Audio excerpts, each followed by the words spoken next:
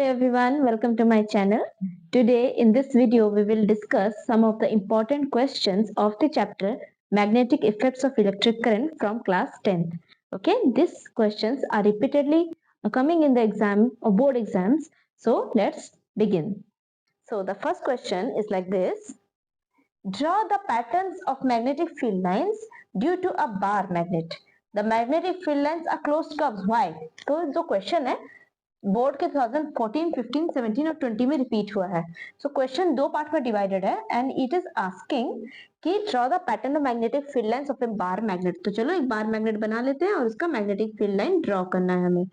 Okay, this is south pole, this is north pole. Draw करते हैं. तो the magnetic field lines are closed curves. Why? तो पहले हम ड्रॉ कर लेते हैं. याद रखो कि मैग्नेटिक फील्ड लाइंस जो है वो नॉर्थ पोल से निकलता है और साउथ की तरफ अटैच करता है. ऑब्वियसली साउथ की तरफ घुस जाता है. So this is our. वैसे ही यहां से नॉर्थ से निकला, साउथ के अंदर घुस गया और अंदर inside that magnet also it travels from south to north. Okay, इसीलिए they are forming the close loop. तो आप ड्रॉ पहले कर लोगे. जस्ट ऑल फ्यू लाइंस बना दो magnetic field lines. Okay, clear है ना बिल्कुल कैसे मैग्नेटिक फील्ड लाइंस बनाया मैंने. एंड तो क्या आंसर होगा इसका? द मैग्नेटिक फील्ड लाइंस, या sorry, the magnetic field lines moves from north pole to south pole. South pole. Okay, so the magnetic field lines moves from north pole to south pole outside the magnet. bar magnet. okay, क्योंकि bar magnet है. and similarly it moves from south to north pole inside the bar magnet, making it a closed loop. Making it as a closed loop. loops. okay, तो याद रखना हमेशा bar magnet में north pole से south pole की तरफ enter करता है और अंदर वैसे ही साउथ से नॉर्थ की तरफ. तो it is forming a close loop. ये क्वेश्चन शॉर्ट टाइप्स में आएंगे और बहुत बार रिपीट हुआ है. Very conceptual question. Okay, so let's move to the next question. So the next question is on what factors does the force experienced by a current carrying conductor placed in a uniform magnetic field depends. suppose एक conductor है, उसमें current जा रहा है and if it is placed in a magnetic field, so what kind of force it will experience? very easy. तो ये तीन factors पे डिपेंड करता है. पहला, आप हमेशा याद रखना, it depends. so अब you have to write. ये बोर्ड एग्जाम 14, 15, 18 एंड 21 में रिपीटेडली आया है, तो होपफुली इस बार भी 25 में आ जाए. so the factors है ना, क्या फैक्टर्स? it depends. ओके, क्या क्या फैक्टर्स हैं? The force experienced by a current carrying conductor placed in a uniform magnetic field depends upon the following factors. क्या क्या? जब भी एक करंट कैरी कंडक्टर को मैग्नेटिक फील्ड पे रख देते हैं तो वो तीन फैक्टर्स पे डिपेंड करता है.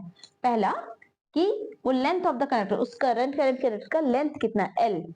Second, the current in the conductor, what is the current that is flowing inside that conductor. And third is the magnetic field itself जिस पे वो रखा गया है. तो शॉर्ट में अगर बताया जाए तो BIL, बिल. तो आप अगर इसको बिल याद रख लेंगे, don't write in the exam that it is bill.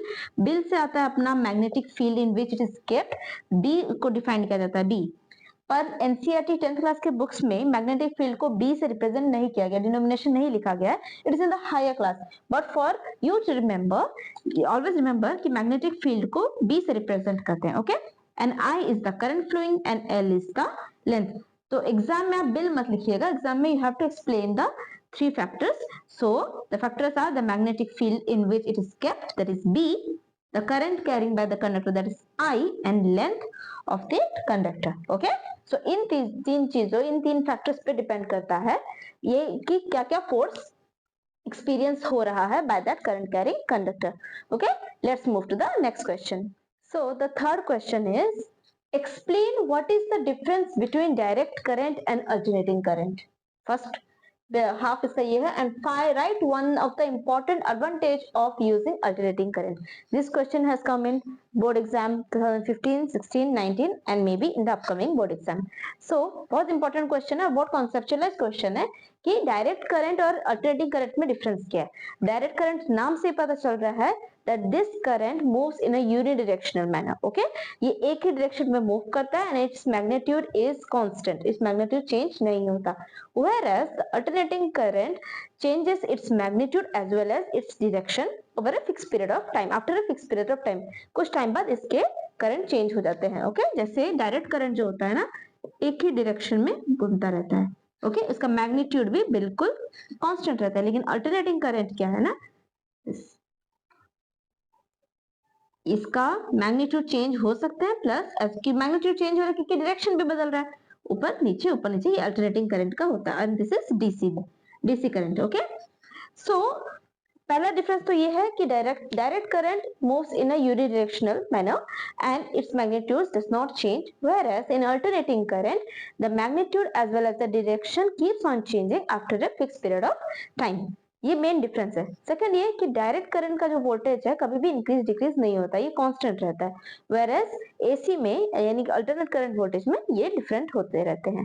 Okay, तो पहले ये पार्ट हमारा क्लियर हो गया। And next right one important advantage of alternating current. Alternating current को यूज किया जाता है एक जगह से दूसरे जगह तक करंट ट्रांसमिट करने के लिए विदाउट एनी पावर लॉस। यहाँ पे पावर लॉस बहुत कम होता है। So that's why the advantage of one of the most important advantage of using alternating current that it creates less power loss. Okay, power loss बहुत कम होता है। So let's write it down.